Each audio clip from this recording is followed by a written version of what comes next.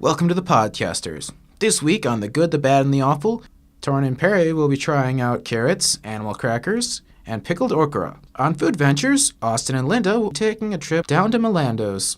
Decent Exposure with Kyle and Kaitlin will be reviewing Antiviral and Foundation. On Impact Point, Sam and Jordan will be covering the Packers and the Scotland Island race. Undercover with Lance and Ryan. Interview Security Officer Brian Gale. How-tos, Chris and Nicole will teach you how to survive the flu season.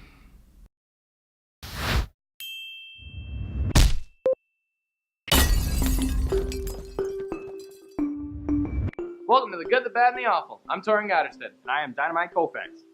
where we taste the foods that are good for you, the ones that are bad but taste delicious, and the ones that are just plain awful. And today for the good, we're having carrots. High in vitamins, good for your eyes, and a favorite of Bugs Bunny. Everyone's had a carrot, so I really shouldn't have to describe how much this tastes like. But however, these carrots are very earthy. There are people in Africa that I know. What? I know. Right. They're on the internet, but they don't have carrots. For the bad today, we're going to be trying a childhood favorite, animal crackers. Only problem being is that they are very high in sodium and sugar. I loved these as a kid. Every time I went to the zoo, I always got animal crackers. Animal crackers, you know? I like this vanilla. I like this vanilla wafery taste to it.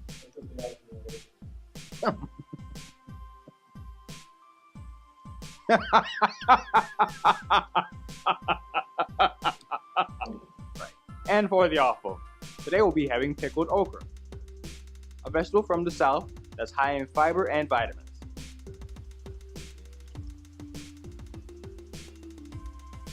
Actually, not that bad. I hate okra. I actually don't mind it, and he doesn't like it. That's awesome. It reminds me of like a banana pepper, just with more prevalent taste of seeds in it.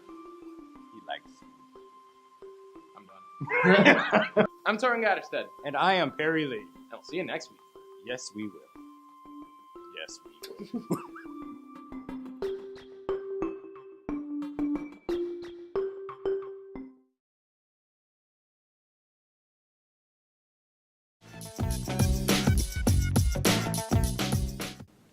Hi, I'm Austin, And I'm Linda. and welcome to this week's episode of Food Ventures. Today we went over to Malando's Terquerai, which is located in the food court at Bay Park Square on Oneida Street in Green Bay. So, Linda, you went over there to get the food. What would you say about it?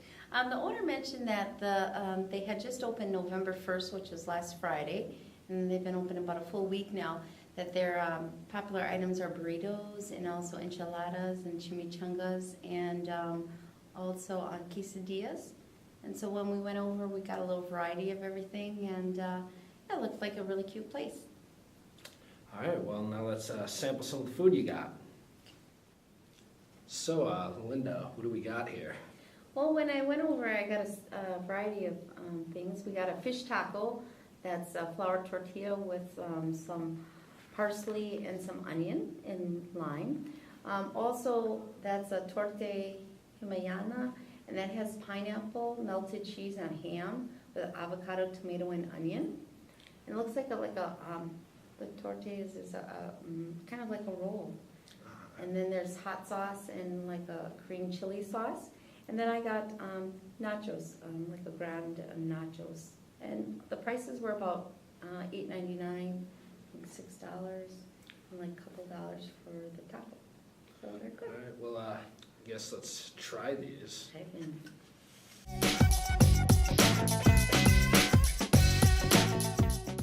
So what do you think? It's pretty good. I mean, it tastes like fish. I'd say probably like a perch or something, but that onions and lemony flavor definitely adds to it. And I mean, tortilla didn't have much taste, but it was good.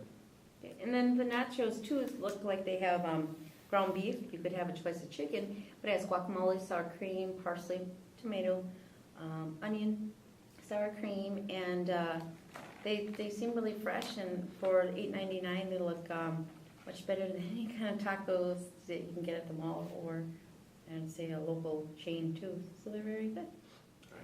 So definitely I would recommend people to go over to the mall and try it out.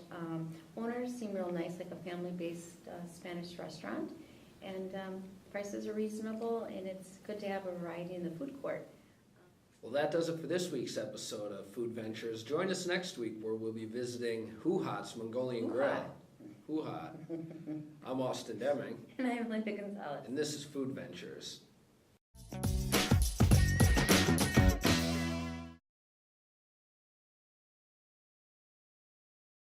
Hello and welcome to Decent Exposure, where today we talk about a Spaniard, a bald man, and a doctor. And viral infections. And I say, hello and welcome to the show. Kaitlin, how are you? I'm pretty good. How about you? I'm doing pretty well, can't complain. So, what's the movie you bring for us today? Today, my movie is Antiviral. Antiviral, Yes, okay. and it's basically like in a world where you can get viruses that other celebrities have had, and just kind of makes fun of the fact that people are so obsessed with celebrities and stuff. Okay. Yeah, and it just it goes downhill and it gets bad. Really? Yeah. Sounds sick. So, what would you rate Antiviral? I did buy. Yeah? There's a lot going on. Like you can watch it multiple times and still be good and interesting. Yeah. Okay. Well, you heard it here first. Kaitlin says it's a buy, so go out and buy it. All right. So today, my movie is called The Fountain. Now, this movie is an experience. Like, you have to turn the lights off. You have to be alone. Then after you're done watching it, you have to think about your whole life for like 15 minutes. It's one of those kinds of movies. It stars Hugh Jackman. He plays 3 different people in this timeline. And the movie is basically a question about if you could live forever, what would happen? And it's basically like, how do you cheat death? It's essentially the premise of the movie. And Hugh Jackman plays a Spaniard, guy flying through space who's bald, and a doctor who's trying to cure death. So, there you go. It's a rent for me. It's definitely one of those movies that you don't want to watch more than a few times, so it's definitely not a buy in that aspect. So, a rent for The Fountain. This week, my band is Electric President. Electric President, okay. Yes, and they're kind of a cross between, would you guess it, electronic music. Okay. Yep. And indie, and they're really soothing to the point where the song could be about the most vulgar thing in the world, and you wouldn't even know. Okay. Yeah. So you could be like falling asleep, and then they be playing, and then you just have dreams about vulgarity left and right. Does that sound about right? You could, yeah. You wouldn't even know. It's just so soothing. You don't even care. All right, sounds good. So check them out, Electric Presidents. My band is called the Midwestern Charm, and the the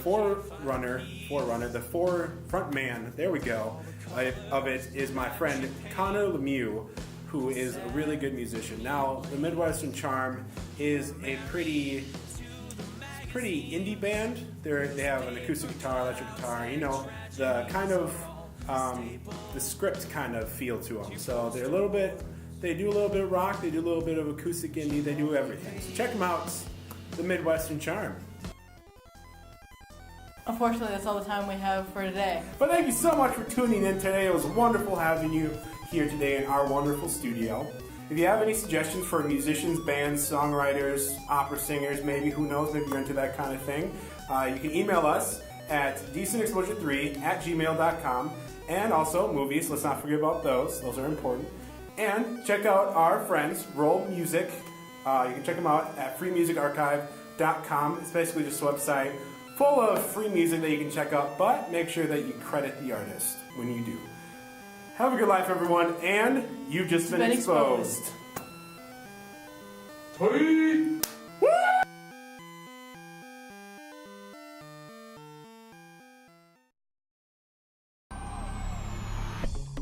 Hey, and welcome welcome to Impact Point with your host. I'm Jordan Ryan, and this is Sam Holford. We got a brand new show for you filled with gossip, news, and the weird. Get ready for an all-new Weekly Blitz. Welcome to your Weekly Blitz. We have some bad news this week as the Packers lost Aaron Rodgers during their Monday night game against the Bears. Sources say right now that he has a broken collarbone and might be out for several weeks.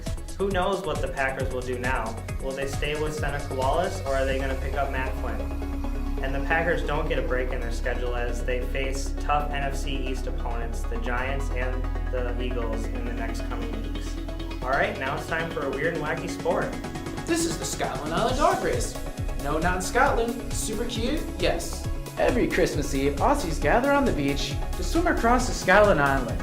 They coast their dogs behind them in a race to the finish. Legend has it, two men were arguing and they said, "Even my dog's a better swimmer than you. Why, he can swim straight out to the channel." Stay tuned, the dirt is next. There's some weird news in the dirt this week. Gary Kubiak, head coach from the Houston Texans, collapsed right before halftime, and it is unknown right now why he even collapsed. I'll make sure to keep you up to date on this one. Alright, well that's it for Impact Point this week, but tune in next week for an all-new show. Alright, well now it's time for our Impact Point of the Week. Let's check it out. What do you want to do? You want to take a chance and risk getting knocked out? Oh my God! Wow! Wow! It is all over! I couldn't have timed.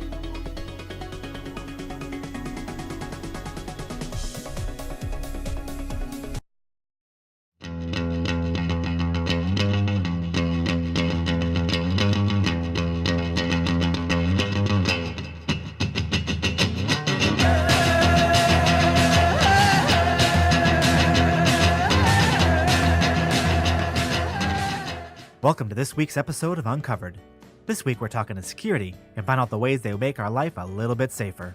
Most shifts, weekdays are 3 to 11s, so it's an 8-hour shift. You sign up for duty, and you get a radio, get the keys, and usually there's two officers on, so one person will go outside and drive around in case if somebody needs something outside, and then another person will stay inside and just kind of hang out, walk around, make sure people get to their classes, whatever. Throughout the day, there's certain things we have to unlock, so there's certain departments of the building we have to lock and unlock. Another one would be the campus buzz. In the afternoon, we close that.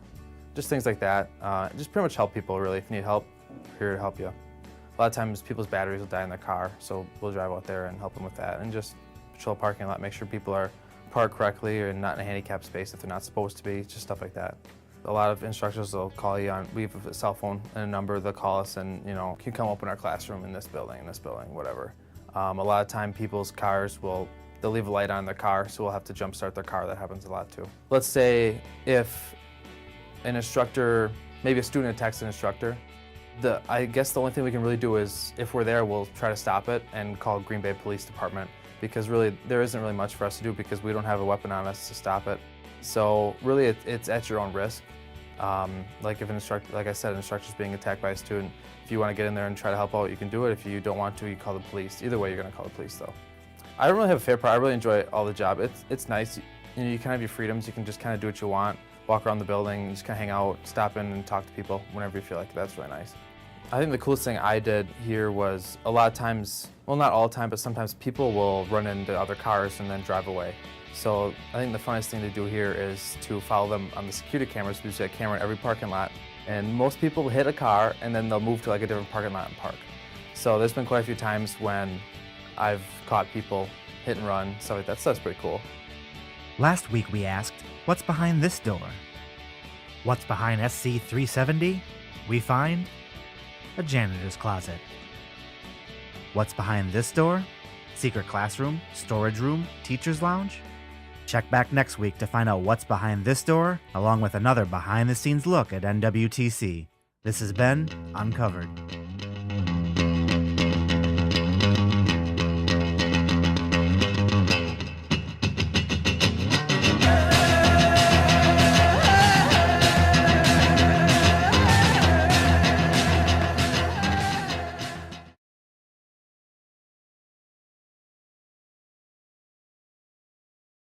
Hello everyone, and welcome to the How-To segment. This week we will be teaching you how to survive flu season on campus.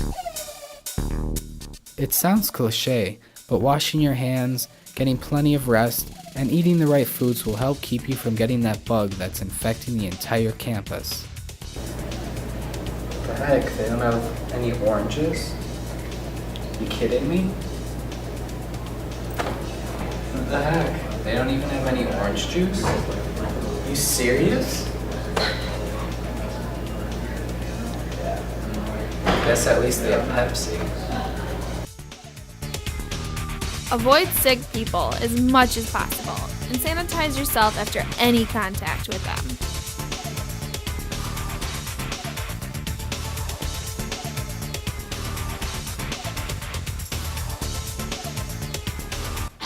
Skip class. You know you've always wanted to, and this is your perfect excuse. Resting will get you feeling better faster and prevent others from getting sick. Most college campuses have a health clinic that you can visit at little or no cost to you if you are feeling sick. You know it's coming, and it's unavoidable, but you can prepare yourself this flu season so that you either don't get sick or the severity of your condition is at its lowest.